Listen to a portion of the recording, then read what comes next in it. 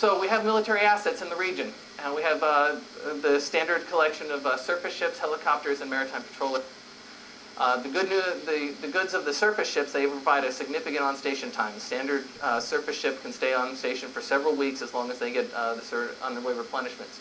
The bases in the region in Djibouti and Muscat are doing very well at keeping the supplies moving through the region and allowing that on-station time.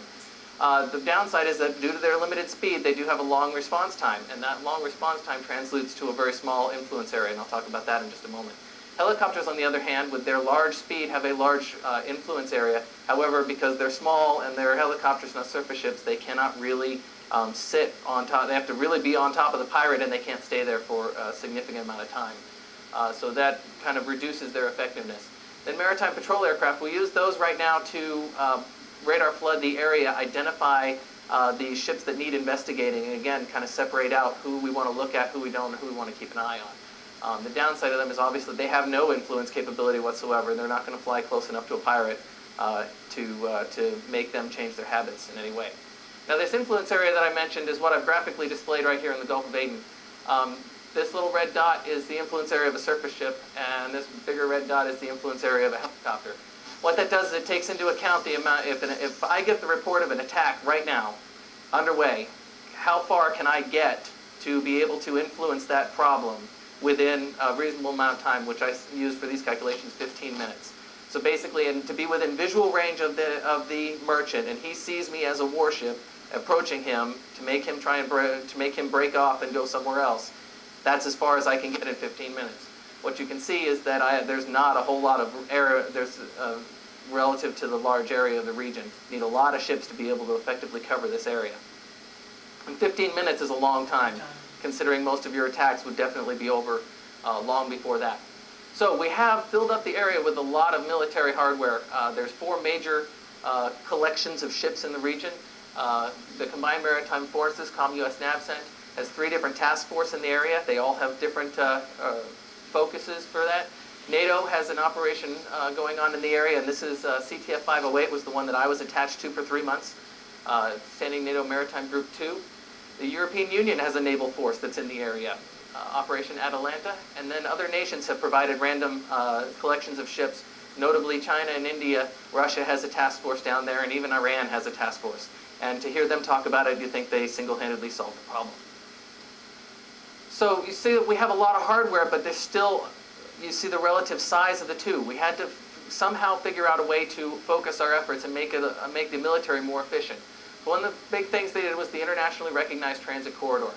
What I've shown here in the lower corner, this is the old path that's merged to transit. It goes through Yemeni national waters, it goes through Omani national waters. It was really more of a colloquial, this is just kind of the way everybody's already gone. It was really for the merchants, those are the cities that they tended to stop at to drop their stuff off. So it made a lot of sense for them. However, being inside in nationally recognized waters, the military can't help. We can't go in those, we need to stay in international waters. So they created this one straight line path through the Gulf of Aden that stays completely in international waters. It allows the military to transit up and down continuously through that area. So it moves everything south. Now, it's not a traffic separation scheme. It's not lighted, marked, or maintained by any international community or nationality. But it is, again, another one of those gentlemen's agreements that this is where the military is going to kind of patrol. And you're strongly encouraged to go through this area. So within that area, there's a couple of different tactics they use. There's group transits, convoys, and individual escorts. Group transit, the convoys, usually groups of 8 to 12. These are almost exclusively the Chinese and the Iranians, or the Indians that are doing these. It's actually quite an impressive sight to see 8 merchant ships lined up in a nice, neat formation with an Indian ship in the middle.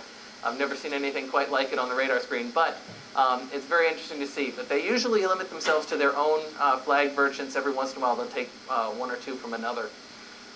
So what you're more likely to see are these group transits, which are not really a convoy, more like a collectively agreed at start time. And everybody starts at the one point at 8 o'clock in the morning on Tuesday, and they transit through together, and you'll have a group of 8 or 12 of them. They don't have a military escort, but there are military stationed throughout the IRTC on just general presence operations, just kind of being in the area. And as they come through, they'll keep an eye on the group that's, safety in numbers through that area. And then finally, through the NATO Shipping Center and also the Mercury chat room, we identify those ships that have high risk of piracy, low freeboard, slow ship, or valuable cargo. And we'll identify those to have either a dedicated escort throughout the area or a handoff as they go down the IRTC. Mostly the EU naval forces are doing this. Swedish, Norwegians, a lot of the Danes do a lot of these things. What you'll notice that the U.S. is not listed on doing any of these. Generally, we avoid doing these and do mostly just the presence operations. We also spend a lot more time in Somali territorial waters under UN authorizations than some of the other navies do. Now, these don't actually remove the threat. They do protect the one ship that they're with, or the group of ships that they're with, but they certainly don't protect the entire area. And we've talked about this, how there's the challenge of whether or not you are going to be focused on the ship you're being tasked with protecting or the other ship that's calling out for an emergency. So there's some significant issues that are still present with both of these tactics. So in conclusion, piracy is a significant problem in an important region. We have that problem of the same standard identification problem. Every time you want to put a weapon on target, you have to know who you're looking at. Are you looking at a pirate? Is this actually an act of piracy, and what constitutes that?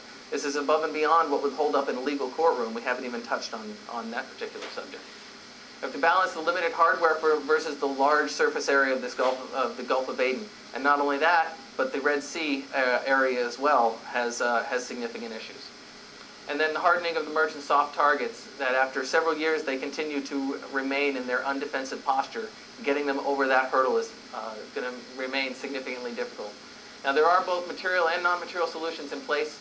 Passive countermeasures, the automated information systems that are around, the ships and helicopters for the military side, and then the remounting of merchant traffic. You can see that there are both material and non-material solutions in place. So with that, I'm going to leave with one final thought, that the piracy is still going on. As recently as last week, another ship was pirated and released for ransom. So obviously that means there are still gaps in the system. So where are those gaps? And we need to continue to fill that void. With that, I'd like to open this up to any questions that you might have.